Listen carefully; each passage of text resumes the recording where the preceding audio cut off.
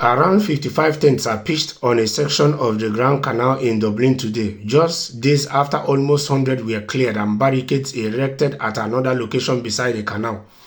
Many tents are covered with trampoline, making it difficult to count an exact number. The encampment is spread across small green areas on either side of the canal where there are no barriers.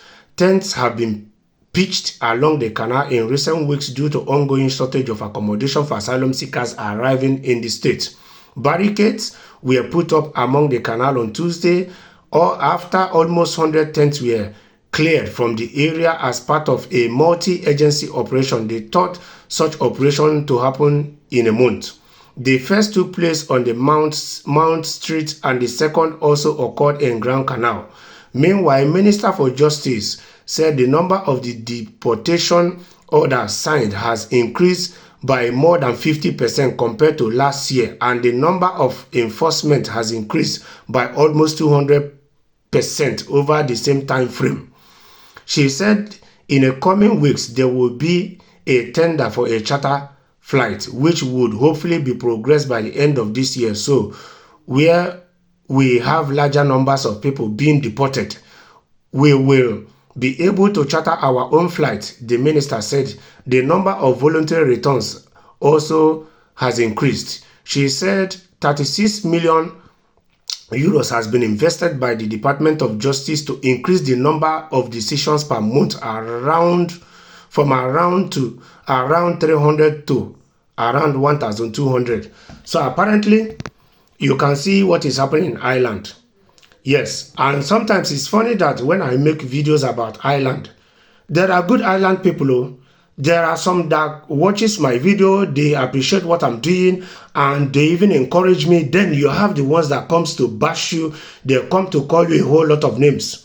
But for the ones that always watch my video, encourage me and give me a word of advice, I appreciate you. Or for the ones that you come and you bash me, I have a thick skin for people like you. You can't even intimidate me because you don't know where I'm coming from. But that's aside. So, me, I stand on the side of equity, fairness.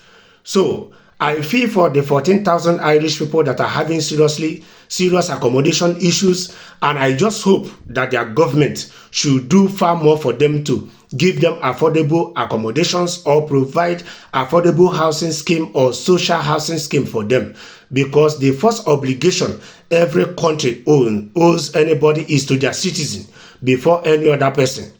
Then on the other side, for the migrants that are already in Ireland, I beg you people, in the name of whatever you believe, the people of this country are already going through a lot.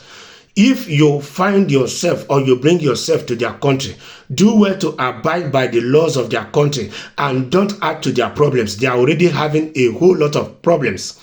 Then, if you're not already in Ireland but you're planning to go to Ireland, then reconsider that steps, because they have already paid for 36 million euros to be able to book a chartered flight. And it means that they will be deporting a whole lot of illegal migrants this year.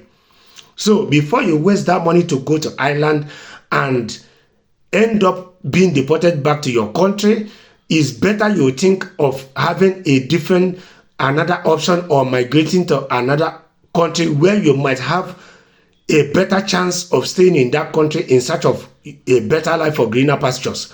Because the truth be told, things are not easy for Ireland. Ireland is just a small island with a population of 5 million people, of which out of that 5 million, 4 million people are Irish people. That is to say that 1 million that is remaining were people that came to Ireland and later they nationalized them.